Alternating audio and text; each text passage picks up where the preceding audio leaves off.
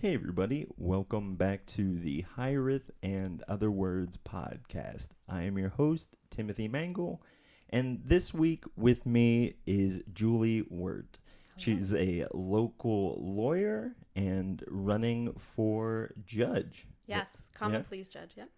One more time? Common pleas judge. Okay, so what exactly is that? So you would think the preliminary hearing stage, like the lower level judge is a magistrate judge, so they are in different areas, like Tamaqua and Shenandoah and all that stuff.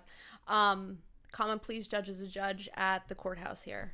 Okay, so like the courthouse that I can like The literally see out courthouse, the window behind you? Yeah. That's so exciting. Yeah. I mean, this is the first time that we've ever met. I asked you before if we had met before, but so this is the first time. So do you mind just giving me and the listeners a little bit of just your backstory, how you got into law and all these things, and yeah, we'll take it from there. Okay.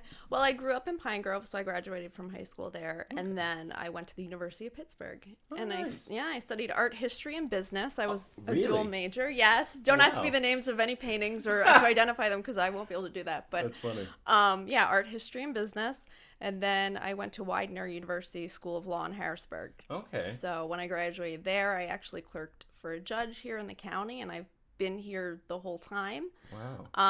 I have my own law practice now, and I work. I have a contract with Women in Crisis, so Right. I help domestic violence victims, and I'm also at the DA's office. So I'm a prosecutor. Wow. He's wearing a lot of hats. Yeah. A lot of good legal hats. So, how long do you have to go to school to be a lawyer? 3 years. 3? Oh, Yeah. really? Okay. So, did you decide after art school and business school that this was something you wanted to do? I think when I was at the University of Pittsburgh and I was studying art history, I took art history. I initially went because I didn't know what I wanted to do at all. Sure. So, Yeah. took some art history classes, and I really liked it. And I liked it, but it was also, it came naturally to me, and it involved a lot of writing, which I do anyway. So I took that as something that I could definitely do and that I really enjoyed, so I would excel at it. But then I was like, all right, I need to balance that a little bit with some practical skills. So that's why I did some business classes there too. And then as I was going through that, I was like, well, what am I going to do when I graduate? I'm like, well, maybe I'll go to law school, because then at least if I could become this successful auto accident attorney, I could make millions of dollars. And then that never happened. I didn't want to do that anymore. So Right. So what was there a driving force behind wanting to get into law or anything like that? not necessarily. I think I was just looking for a way to understand things and how they go, understand a process. Here is a law. Isn't it clear cut? Can we make something clear cut where we know this is what the answer is? And I think I thought it might be more like that, and it turns out it's not like that at all. No, yeah, I'm sure there's a lot of I want to say canoodling, but that's not the right word. But the idea of looking at a law and then figuring out, well, what does this actually mean? I'm actually super excited for this conversation because I don't think I've ever talked to anybody about this. Okay. So I always get very excited, diving into new fields. And also I feel like it's a lot of fun questions to ask for people at home who are I've also never had a conversation with a lawyer or someone who's trying to be a judge, yeah. So I'm very. Did you feel like when you were in law school, did you notice that, or did you notice this in yourself, this idea of, I guess, how did the complexity of laws and all of these things first appeal to you? Or maybe appeal to you, but also what did it look like when it came to you? Do you have any examples of times from school that you were trying to figure out a law or something like that? Not really. I mean, we read so much and we would debate things, and it really was less about finding the right answer than connecting the dots to support your argument. So, as part of any type of exam, we would have essay questions and you'd have to come up with an answer, and it wasn't always the right answer, but as long as you explained yourself, you were fine. And I always had this idea that I did want to help people. I always thought I'd be like a family law lawyer or something, and I wouldn't go into court because I was very nervous about speaking in front of people. So I was like, I'm never gonna do that. And now I do it all the time. Yeah. And I never thought I would end up there. But I remember, I don't remember a lot from law school, but I remember I had a professor and he had graduated from Harvard and was a law clerk for like a United States Supreme Court judge, and he was like terrifying, and half the people quit the class. It was a criminal law class, but I'm like, oh, I'll stick around. And we had this big assignment to write something. So of course I did. I spent all my time on it. And when I got it back, I got a C on the paper, and I was devastated. I was like, how am I going to help people if I can't even get a good grade in this class? You know? And I was like, this is devastating. And then I'm like, I have to quit school. This is never going to work out. And then, I was like, wait a second. This guy never practiced a day in his life. Yeah, it's funny because I went back to school and I saw him, and I'm like, I still have more trials under my belt than you. Right. And I remember hearing this pastor that I used to be really into talk about how he got his first pastoring job. And he's, like there was a lot of like questions of like, well, when was the Bible canonized, or when was this, like just all these like big theological, like Christian church questions or whatever. But he said there's no questions about like, how do you treat your wife? Yes. Like, are you a kind, loving person? Like, what about these things, And I think that's something that hard in, man, let's just dive right in, because I feel like our society doesn't really know how to handle morals. Mostly because that word is so, I want to say a little bit taboo. Like if you say like, you don't want to be said you're a moralist person, but you also don't want to be like, oh, you're too moral, because that sounds like prudish or like too conservative or whatever. But I also feel like we as a country or just as a society don't have things that we really value at our core. And so that's one of the things that I do admire about like, the Constitution or like some laws that are put in place, or like these are put in place because they're realistically the best things for you. Like, and if you would sit and think about like, and I'm sorry I'm talking so much, but like I was, obviously I was thinking about this today, and I was thinking about because I'm a very big picture guy. I'm always asking like, how did we get here?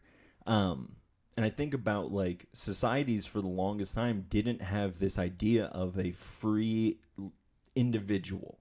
Like you're only subjugated to the wills of the state or whatever. And I know it feels like that sometimes, but realistically the laws and I guess the underlying thesis or whatever you'd want to say about the way that we structured the West, that like we believe each individual is capable to be responsible for their own decisions, which is, it sounds scary if you're like scared of responsibility or whatever, but also it's this beautiful thing of like, no, we believe in you as an individual to make the right choices and to be the best version, and having a society of people who we approach like that is better than just having like, a tyrannical king or whatever it would be, just saying how things are or whatever. And I don't know. For me, that was something that I just found myself today sitting and kind of rejoicing a little bit in, of like, man, thank God I live in a country where I'm allowed to like, where the people in charge, however I feel about them, still have the right, or still are under the obligation to view me as an autonomous, conscious, free will having individual. Yeah. And I think that's so great. It is. Yeah. Yeah. It's a great way to think about it. Yeah, for sure. So what's been like the biggest driving force for you in this, in either in your campaign or in your law career? As far as I guess campaign or deciding to run for judge, Yeah, because even where did that come from? I can't pinpoint one thing. A lot of it is that I've done so much and I've seen so much that I have personal beliefs about how I think things should be handled, how I think maybe we could do some things better. And so I know what I've seen and what I like and what I don't like. I also thought, what type of judge would I want to practice in front of if I could pick like the perfect one, or someone who I think would really consider maybe what a person's story, or hear people out, things like that. And I was like, well, be someone like me, Right. and I'd spent my entire career, I'm not political, so I've never done anything where with the thought, well, I'm doing this because this is a favor to someone and they can give me this favor. Like, Right. so everything I did was because at that moment I had a client who, whether it was a criminal defendant or a victim or whatever, who needed my assistance through something. So it was never about, well, I have to win this trial so that I have this statistic that says this. It was about, like, I just feel like I have all of these stories to like relate to people. Like, I have so many stories, and I can feel like I can comfort people and say, well, I had a woman who experienced this, and be like, oh my gosh, that's exactly what it is. Right. And so I feel like there is this place where, and it's like a courtroom where I can hear stories and I can understand where people are coming from. Right. So it's not only about being fair and impartial, but it's hearing people out and understanding like their life, Right. We all, I mean, look at our families. We all have people with, that could have substance abuse issues, mental health problems, like, an understanding that goes on everywhere. And having compassion for that, I think, is important. So really it comes from just wanting to be like a good person and hear people out, and maybe I can make a difference, with, if it's just one person, it's one person, but maybe I can have someone do something better. I mean, we have cases where, I've seen defendants, they go to state prison and it's like it's horrible, and they'll come back and they'll thank the judge and be like, that actually put me on the right path because I was able to do these programs or whatever. Now I'm reconnecting with my family, and it's like there can be some good out there, and maybe we can make the world a better place, right? Yeah. As ambitious or naive as a goal as a sound. And we were talking a little bit about this off mic, but it's like, man, it's better to be somebody who's at least trying to make the world better than to just be someone who, sits on the sidelines as kind of the game is being played, right?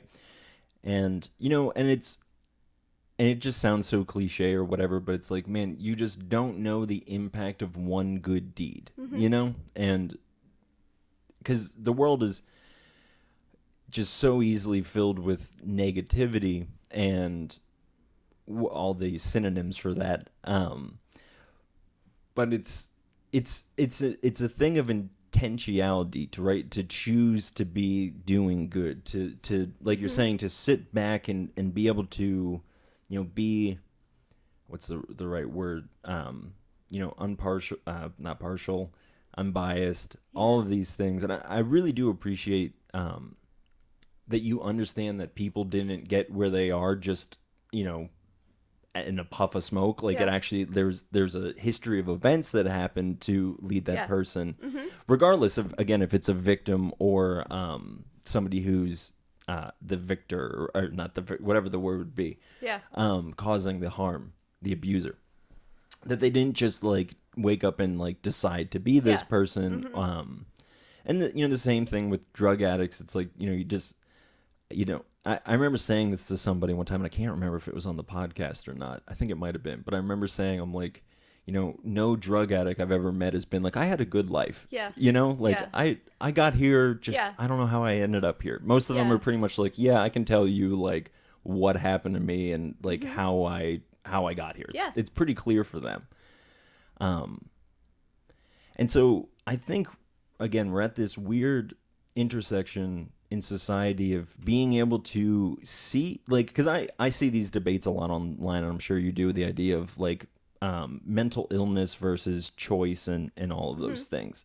And I think a lot of people want to either draw a line in the sand and say it's one or the other, because we don't have space for paradox or for this idea of, well, two things can happen that look different and exist within the same person.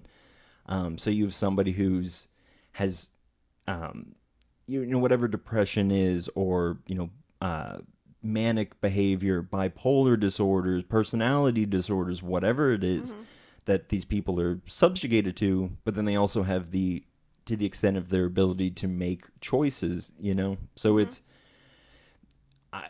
I think it's a lot easier for people to be like, I think this or I think that, instead of like just sitting with these individuals and just being like, talk to me, tell me how you got here, you know? Yeah.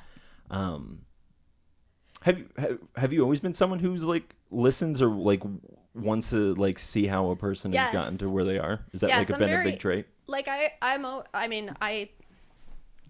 I'm not easily bored. Like I could find interest in almost anything. Okay. And people, the way they process information can be amazing, and the way they tell you things, and it's eye-opening to see how people perceive the world, because they don't perceive it like I do. And you know, it's interesting to hear people talk about that. So I always would rather listen to people. I mean, because I have crazy stories that I can tell all over, but you know, hearing what people have gone through, and you know, and everyone has stories, you know, and I think a lot of people think that they don't, but you do, because you're just experiencing things, and like everyone has something to share with the world.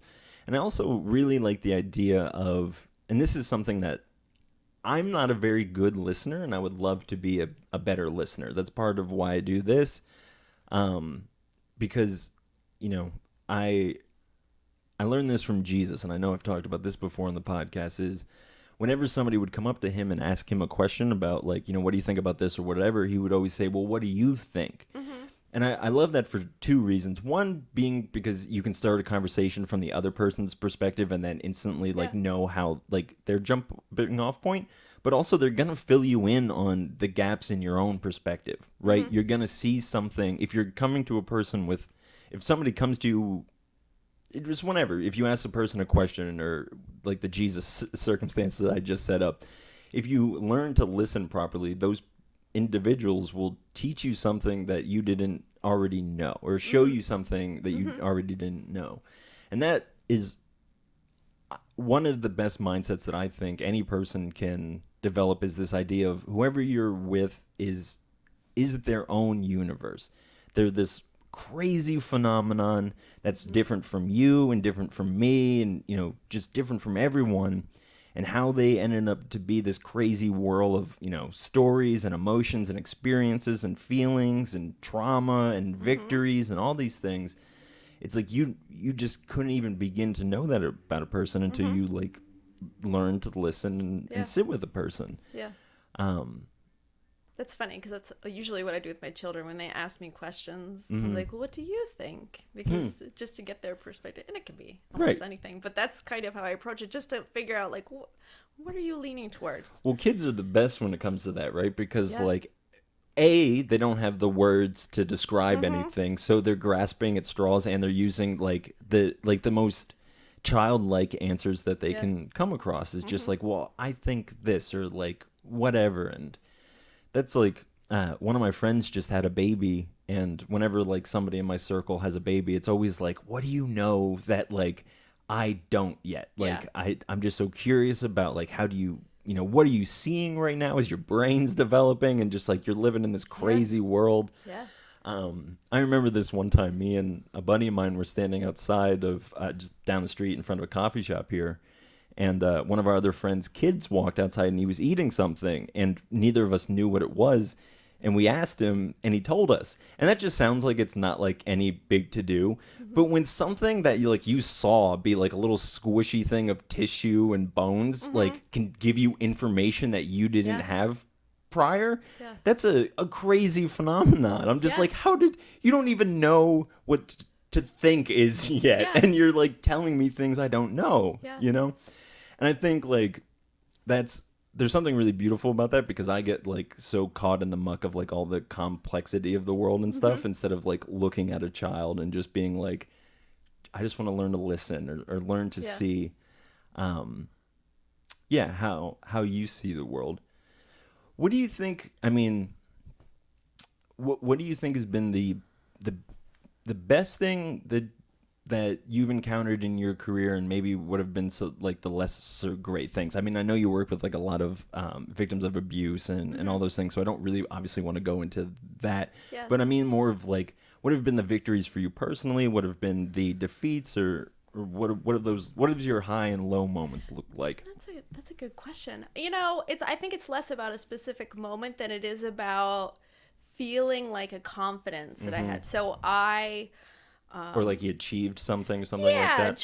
I remember one of my first criminal cases. I walked into the magistrate here, Riley's office, and I mean, it was all men, and it was police officers and lawyers. Everyone was a man, and I was like, I remember like pretending that I really knew what I was doing, even though I didn't, and now it's the point where that doesn't.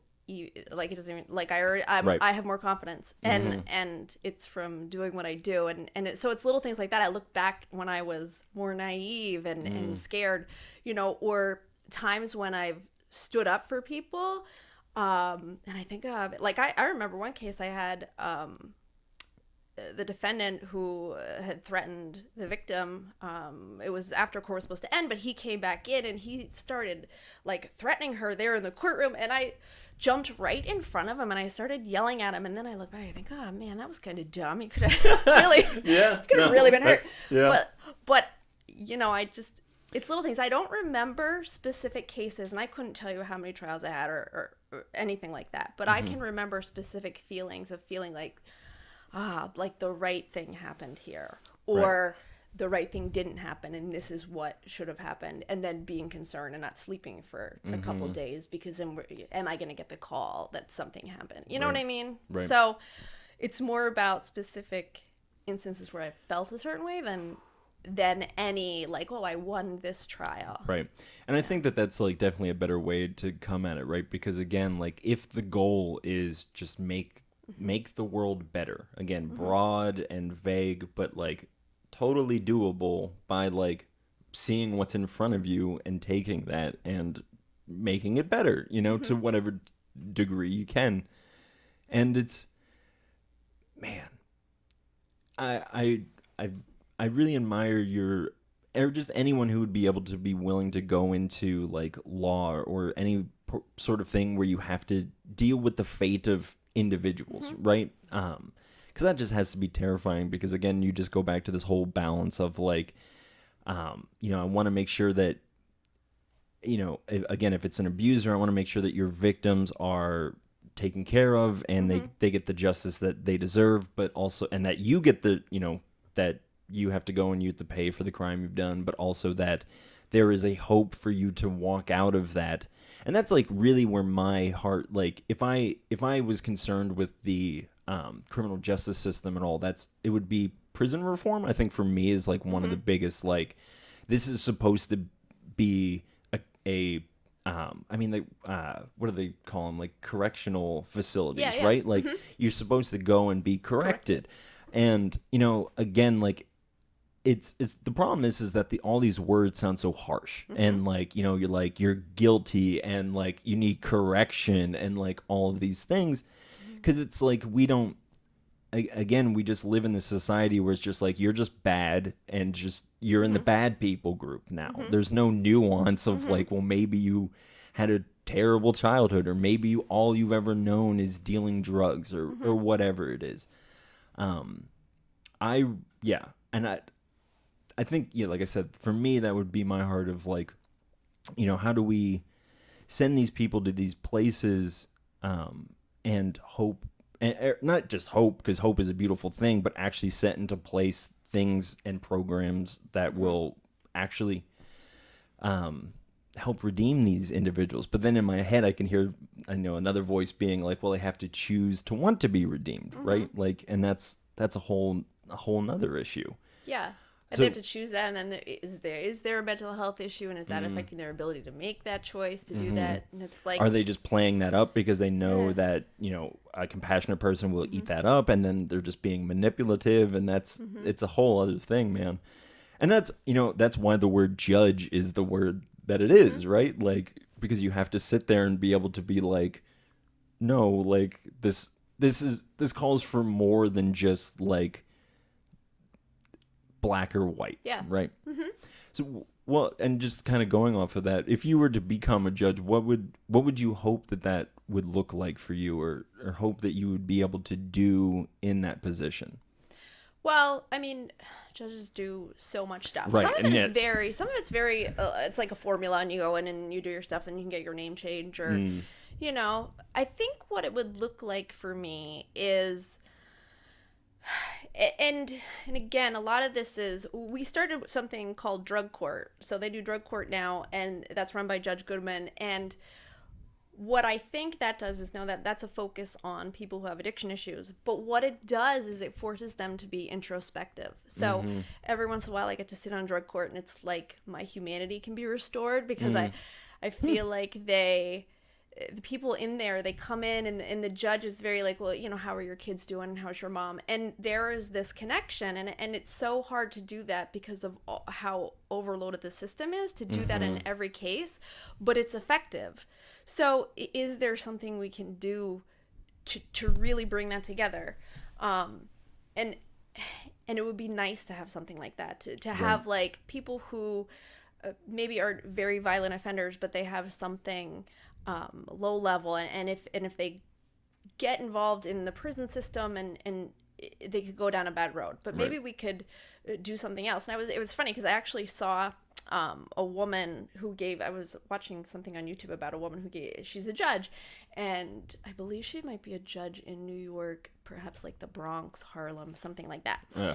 And she said one of the things she does is she makes part of her sentence an order that that the defendants have to like write an essay, like so they have to be more introspective about, what do you think is like one of your best traits, to make it less like this crime, while it deserves certain punishment, does not define your entire life. Right. So if you can be introspective and say, I'm more than this, well, what am I? Well, maybe I'm a great older sibling, or maybe I'm an excellent spouse, or something like that, you know, and you kind of, and I know, I don't even know if that answers your question correctly. But I love the idea of because I genuinely think that that's so beautiful, to be like, listen, you're not just this bad person that either, you know, society or yourself is telling you. I read this beautiful book by Alan Watts called Psychoanalysis East versus West. I found it for $1 in a thrift store up in New York, and it blew my mind, because, you know, it's a book about psychoanalyzing, and I'm very big into that. And one of the things that he says is that it is, you know, it's the narrative that you tell yourself in your head about who you are is majorly infected by your society, and how your society will condemn you for whatever it is. And we're so easy to identify with the things that we do, and not even, you know, understanding why it is that we're, you know, because we can't really fully understand, especially in times of rage or, you know, great passion. Like, you don't have any idea what's going on. You're not making clear, like, articulated choices. You're just kind of going off of animal instinct. And he talks a lot about, you know, it's crushing for the individual to live in a society, because of the fact that, you know, obviously he makes the point of, like, we need to live in societies because we're pack creatures. We need each other. Like, we need interaction. It's, you know, keeps us literally sane. But then to any time that there are people interaction, there will automatically become laws in between them, whether they're spoken or written. There's there's a natural course of, like, this is the right thing to do between all of us. But that thing can be crushing for people who can't, whether, again, like, it's because of their past or because of mental issues or choices that they've made, they can't escape this pressure of, no, you're a criminal now. Like, that's just who you are. And, like, even, like, it breaks my heart, like, because, you know, I've applied for jobs, and I think, like, if I had a felony right now, like, how, and I understand, like, why, like, it's good to be informed about who you're hiring and all these things, but, like, just the shame of being like, I did this thing, I paid my, like, time, but I still have to tell you that, like, I did this. And again, like, I understand, but it's, I wish we had the same compassion for people who did stuff like this the same way we do for people who break their arm or like speed and break the law like that, or do something like that, because it's like, well, we understand that it's because of your circumstances and how you ended up, and obviously I'm not trying to like forgive anybody for anything, but like you were saying, there's a whole lot of reasons that a person ends up where they are. And if we don't make the intentional choice to like sit down and listen to this person, and again, like they have to be honest and truthful and like wanting the redemption as well. It can't just be like, I'm gonna give you the best sob story you've ever heard, which I'm sure you get like all. Well, that's a good question. How do you have to like walk? How do you perceive, like, what is there like? I'm gonna bring up a random story from the Bible, and we'll just go from there. There's this king named King Solomon, and he has to make a decision between these two women are fighting over a baby, and they're like, it's my baby. No, it's the other baby. It's my baby. And Solomon says, well, bring me a sword and I'll cut the baby in half, and one half can go with the other one and the other half can go with the other. And the one woman said, oh, like, no, like, don't cut it in half. Like, please just give it to the other woman. It's fine. And he's like, oh, that's your baby, because I know that a real mother would be like, it's better for it to be alive and somewhere else. So all that to be said is, he clearly had this sort of like little trick up his sleeve of being like, this will like help me decide or decipher between all of this. Is that like, I don't want to like, you don't have to bring up any tools, but like, I don't know, how do you walk this path of like gauging a person or something like that? What does that look like? Well, I think you can tell a lot just by how a person presents themselves, or even how they may have interacted with the police, or when we live in such small communities here in this county, people will steal something from a convenience store, and the store owner will come and be like, I know his mom, like, he's a good kid. Why is he doing this? It makes no sense, and we take all of these things together with, I'll be sitting in a magistrate court and I'll have the convenience store guy be like, I just want this kid to straighten out. He needs to, okay. And then, see what does the officer think? How is he with you? Yeah, he was really great. He was fine. And we'll try and come up with a resolution that maybe doesn't end up with that person having the charge. Maybe we'll say, well, listen, let's see, does he have an underlying drug issue?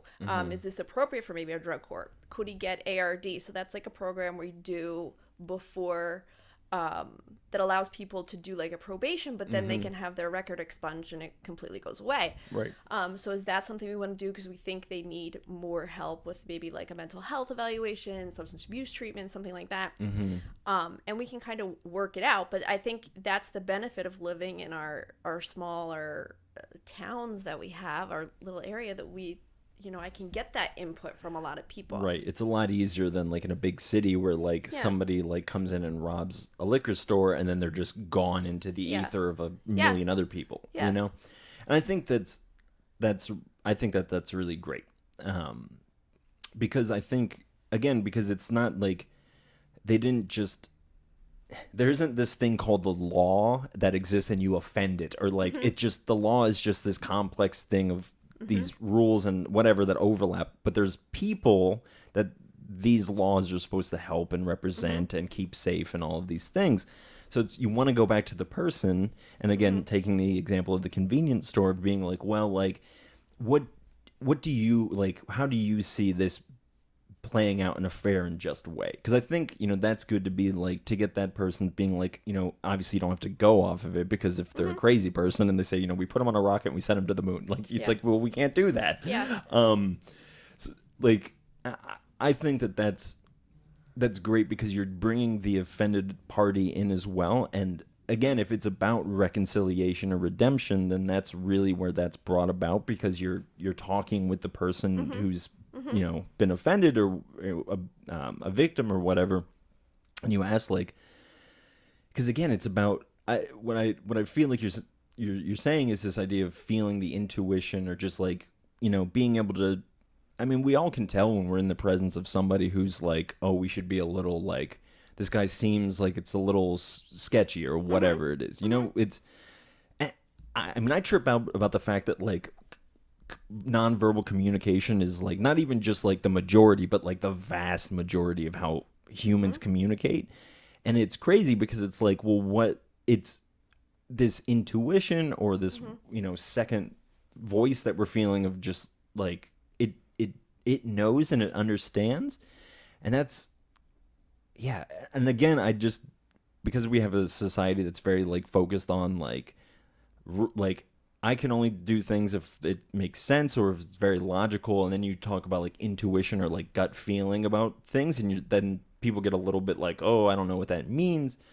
But like, I mean, there needs to be people who have that and can go off of it because we all have intuition and gut feelings. And I think there's a really good way to like hone that. And it has something to do with like having good experiences with actual reality and truth, and like because then it's easier to tell what is actually fake from not. And yeah, I don't know, I definitely I like the idea of a judicial system, is that the right word? Where it's multifaceted and not like, oh, you did this, that means this. Like where there's like nuance and communication. And again, I understand unfortunately how overwhelmed people in your field are with the amount of crime and stuff that happens in this, not just this county but in the country, and so not everyone gets that chance to get sat down with and talked to, and it is a shame, but it's like it's such a big thing, like trying to keep this country on a track that like it's not just gonna run off and like into anarchy, like it's tough. And I think that's why when we bring in a victim's perspective of it, it does help us. What is it that you're looking for? Because I can look at this case and I can say, oh, on your second drug possession charge you're gonna do 3 months in prison, and that is what it is. But if you like, and if you have a case where you have a victim, it's easier for them to say, well, what are you looking for? Right, because it's about healing that person as well, and it's like you're not gonna that individual's not gonna be able to be truly healed if they at least. And again, there's something to be said about like having realistic expectations. Like we're not going to chop off a person's hand. Like this isn't like we've grown. We have laws that like push us past, and that's like it's one of those things of like we don't appreciate the beauty of it until you can really sit with it. Like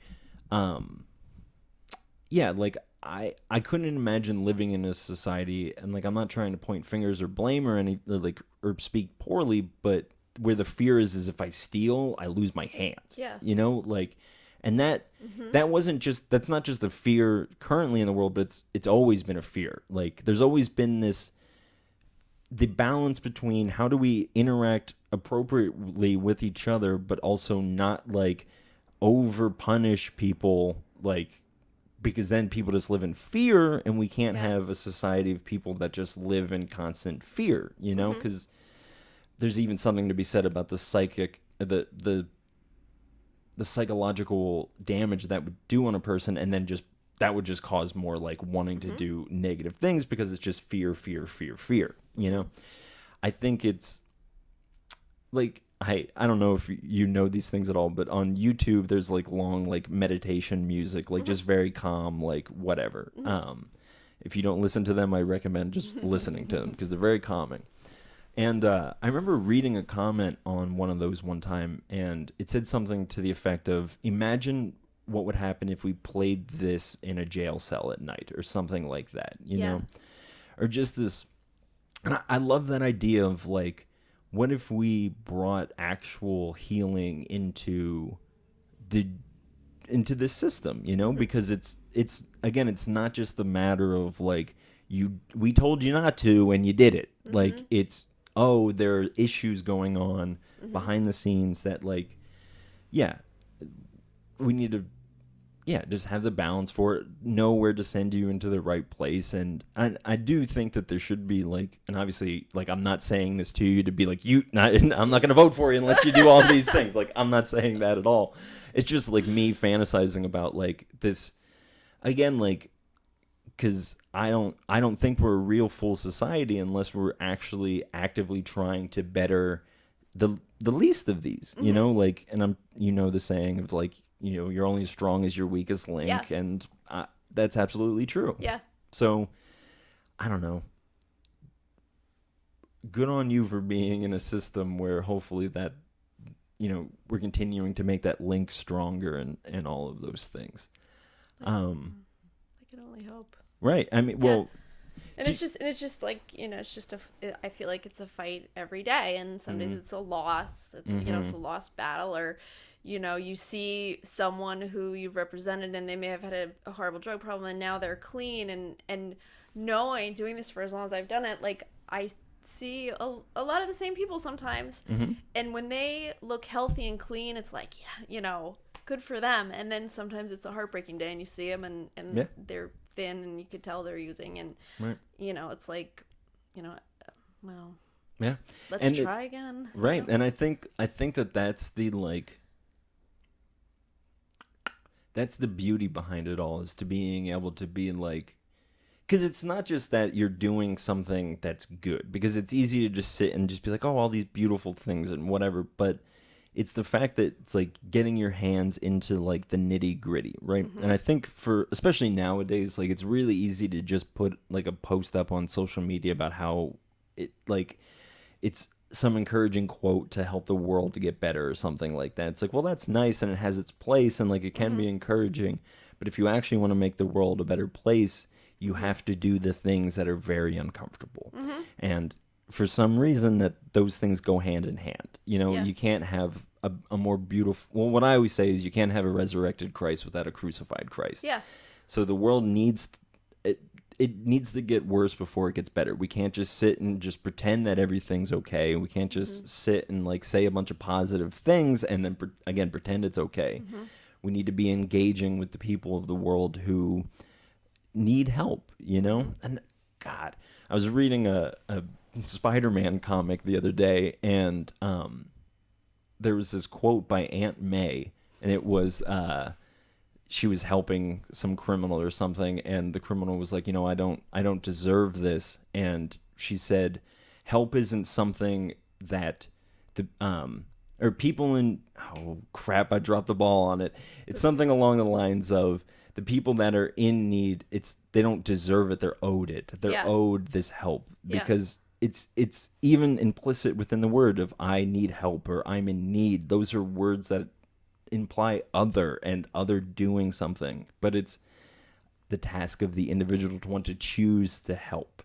And that's and that's, I mean, that's the tough part, I guess. And how do you put people in that position to you know, do you make them believe that, I mean, that they're worthy of help, and that like I said, this isn't an act that necessarily defines you, you know? And then there are some people who are very violent, you know, so it's a tricky thing. And yeah, man, I bet. Yeah. Do you mind if I just go off on a long Bible tangent again? Yeah.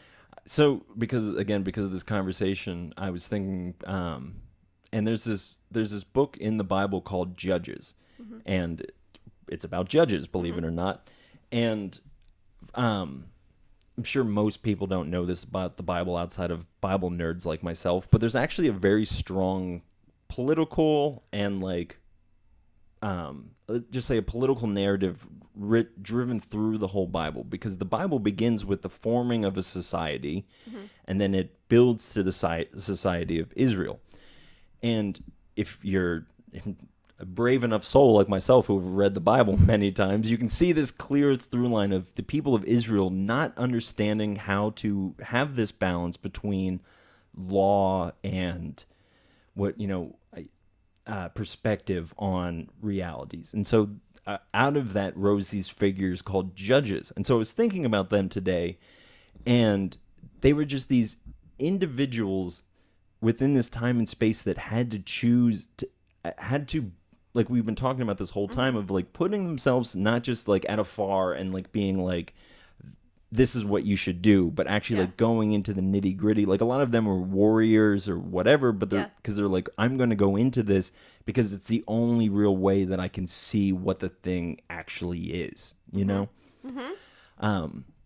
And that's and then I just kind of Bible geeked farther, because then I saw like how like it just built from there, from like judges into like higher political things, and like how this whole society was formed out of that. And that I thought was very interesting, that judges are somewhere on this like hierarchy of things that keep the country stable to some degree, because again, they should, kind of by the definition that we're throwing out here, is be fluid enough to understand the situation, but also like rigid enough to be like, no, this cannot, this cannot go unpunished, to some degree, whatever that degree is.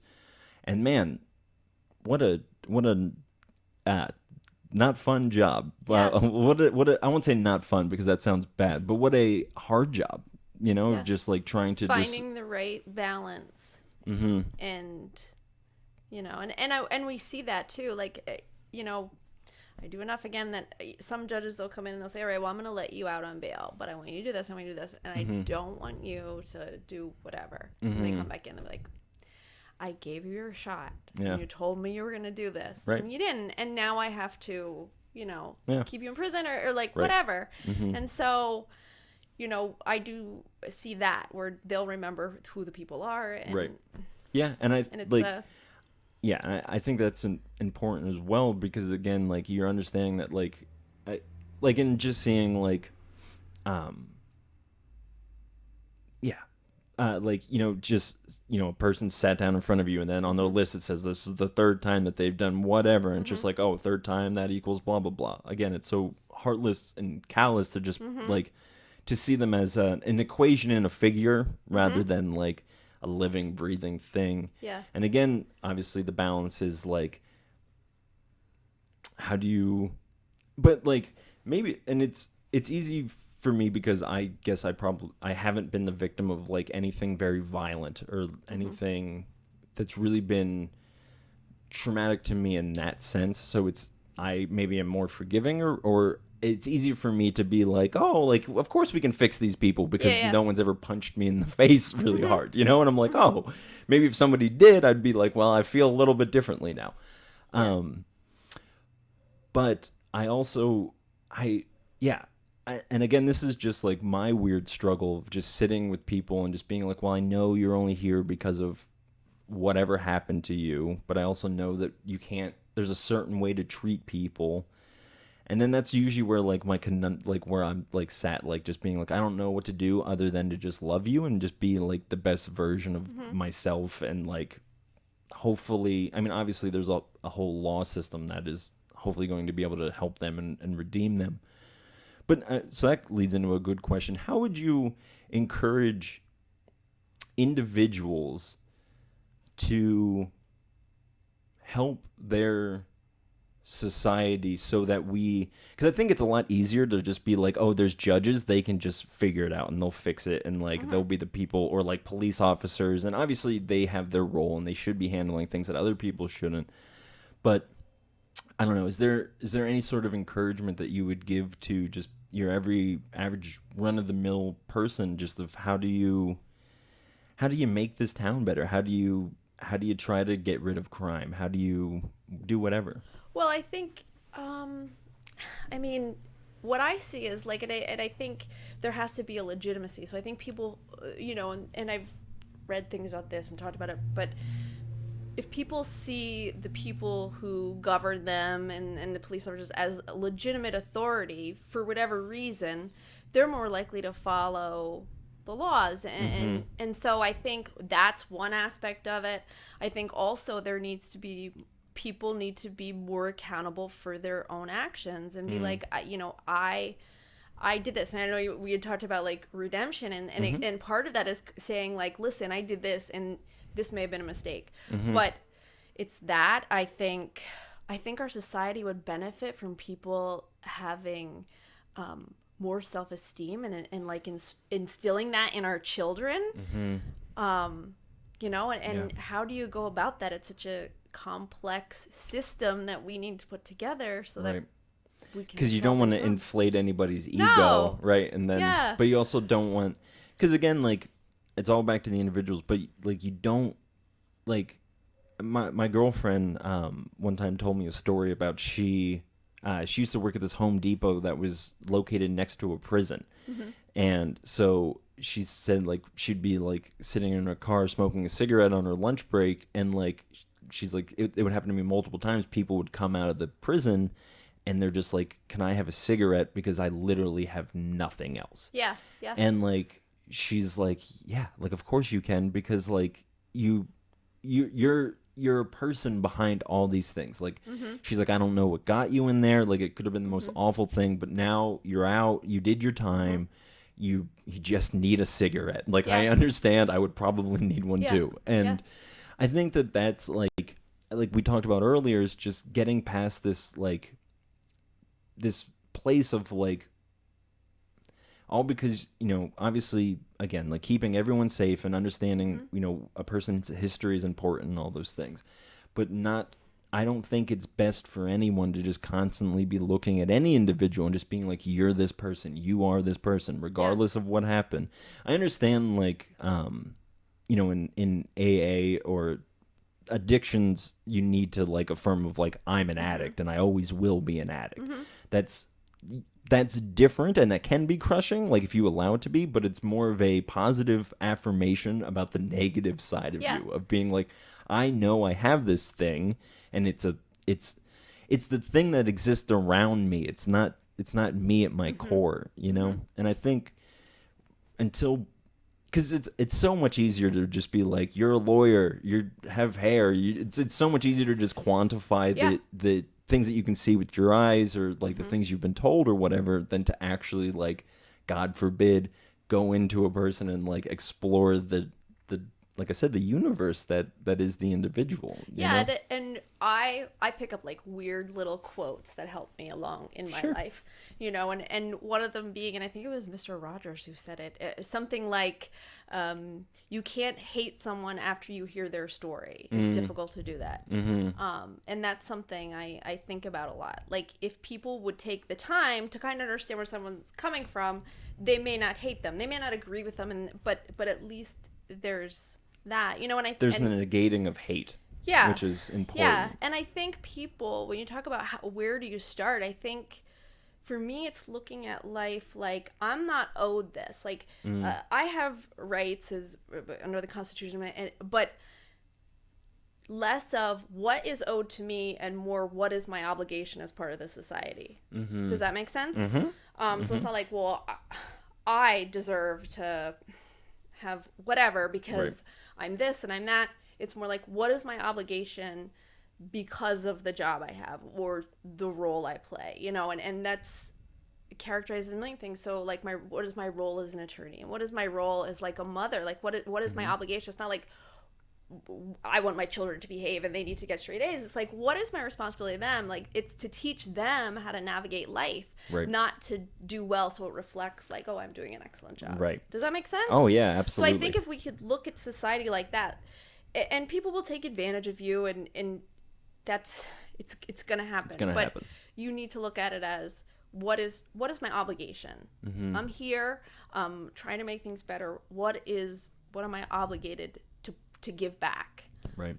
Well, yeah, because I definitely think that there's this, again, just using the word obligation for people, because this always blows my mind, because I always get very flabbergasted by people who are older than me but less polite than I am, because I'm like, I was told my whole life to be nice to other people, which in my head means that since you're older, you were probably told at least 30 years of that time you should be a nice person. Yeah. You know, like, and so I think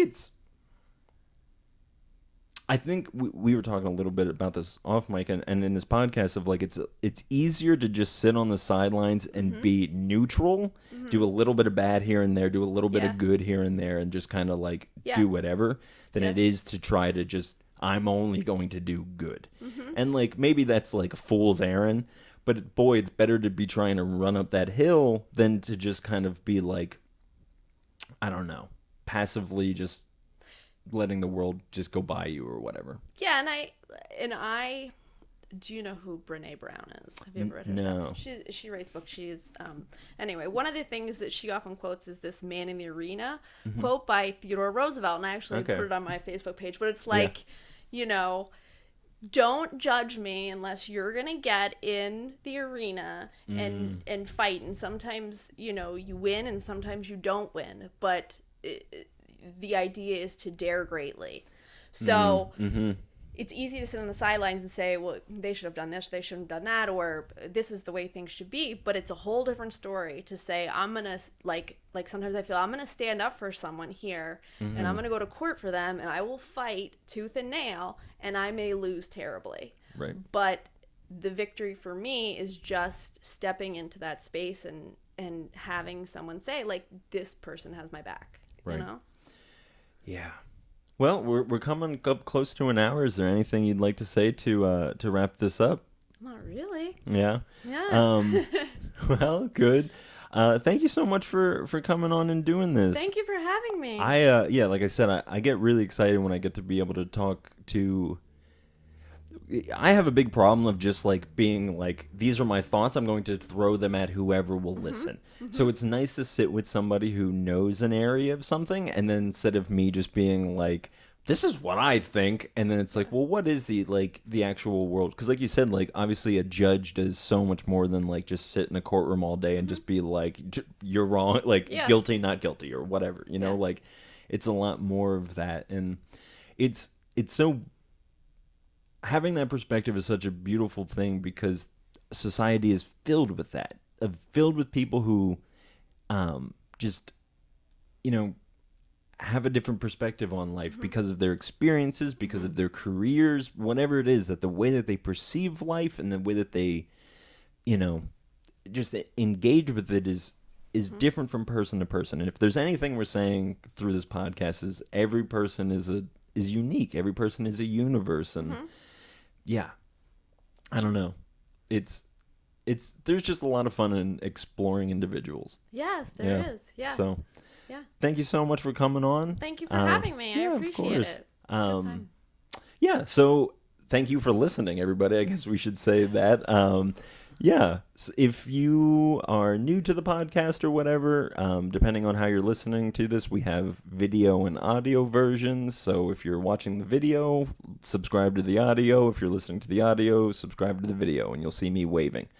But yeah, we also have a Patreon account if you want to sign up for that. Get some not free bonus content, but bonus content. Yeah. And buy your books. I bought the books and you signed them, so I'm gonna get them today. Yep, they're sitting right over there. Yeah. Thank you.